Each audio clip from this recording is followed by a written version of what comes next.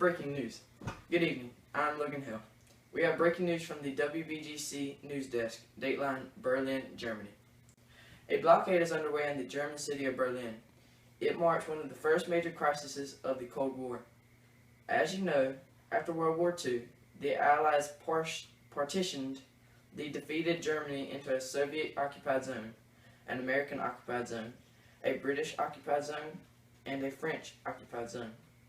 Berlin, the German capital city, was located deep in the Soviet zone, but it was also divided into 4 sections. The agreement after World War II to divide Germany and Berlin into occupation zones, with Berlin located deep in the Russian zone, had come out of the Yalta Conference in February 1945 and had included no arrangements for access to Berlin. When we return from this commercial break, we will have live coverage from a WBGC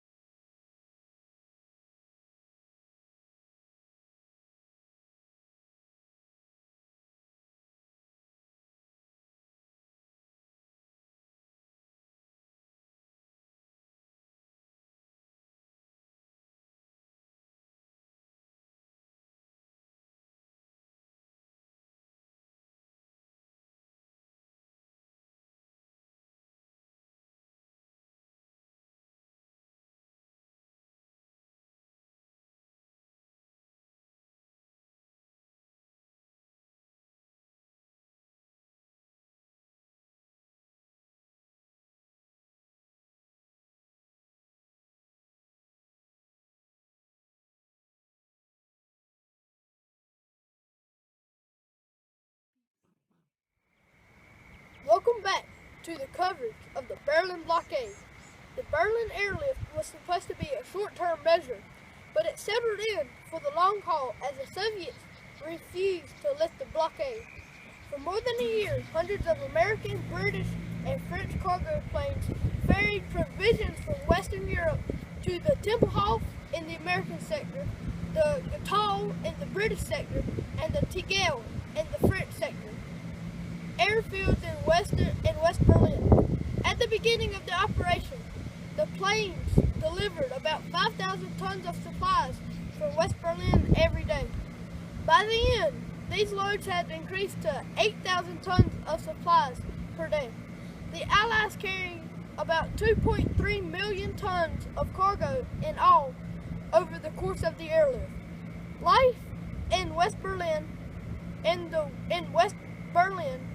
during the blockade was not easy.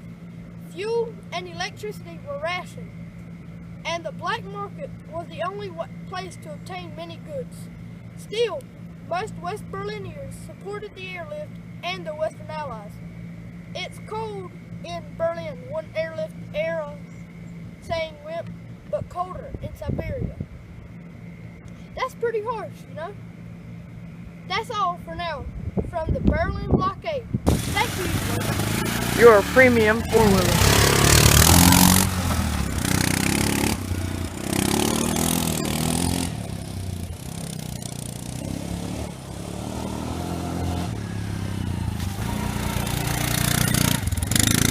This four-wheeler has a machete cover and an axe box.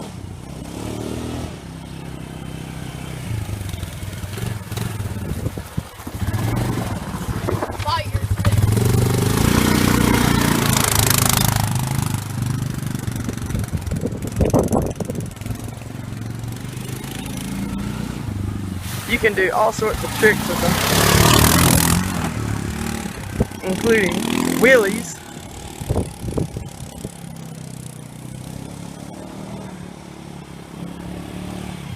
caution, there may be danger. These are $14.99 plus shipping and handling, which is up at $2.50. Seat is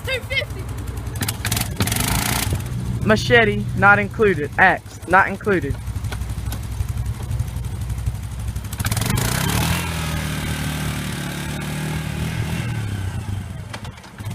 Has a reverse mode.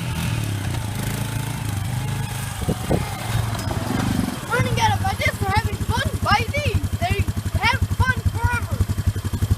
I hope this is 2 minutes because I don't know how long it's been.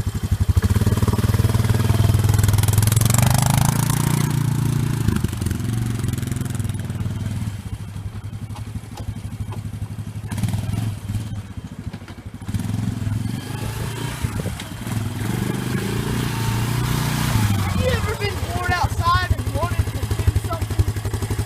This is like, these are made. They are made so you can have fun outside with friends. That's why the seat is not included. The seat is for riders also. Be sure you wear boots, long pants, because I just burnt my leg on this, so that's all for now, folks. Buy one for $14.99 plus $2.50 shipping and handling. This product may not be sold anywhere else. Fullowners.com/logan. Blockade is an attempt by the Soviet Union to the power of Great Britain and the United States to travel to their sectors of Berlin, which lay within Russian-occupied East Germany. The Russians wanted Berlin all for themselves, closed all highways, railroads, and canals from Western-occupied Germany into Western-occupied Berlin. This, they believed, would make it impossible for people to live there, get food, or any other supplies, and would eventually drive Britain, France, and the United States out of the city for good. Instead of retreating from West Berlin, however, the Allies decided to supply their sector of the city from the air.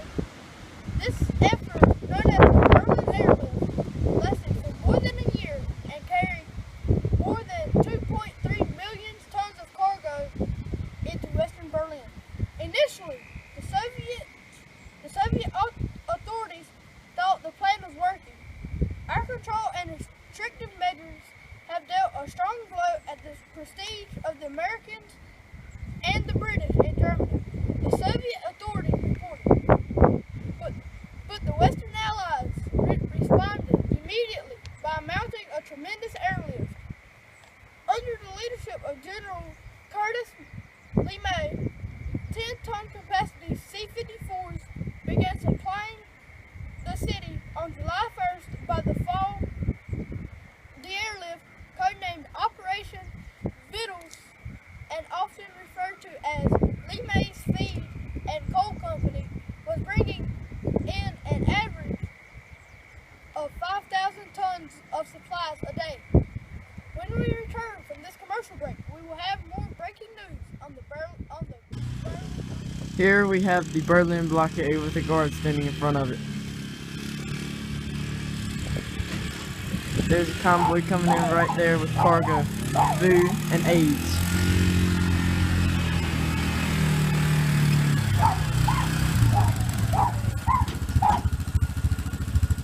What do you have up here? What do you have up here? What do you have up here? Cargo and aids. Where is this coming to? The Berlin blockade. Is it coming to anywhere except Russia in the Berlin blockade? Yes. Going to the USA? Yes. Can't go. You gotta go back out because we don't want anything from the ground in Berlin that's helping out every other country. So you gotta go. Okay, you gotta go. Okay, bro. You heard me. Leave. You don't even know how to start your own dang car.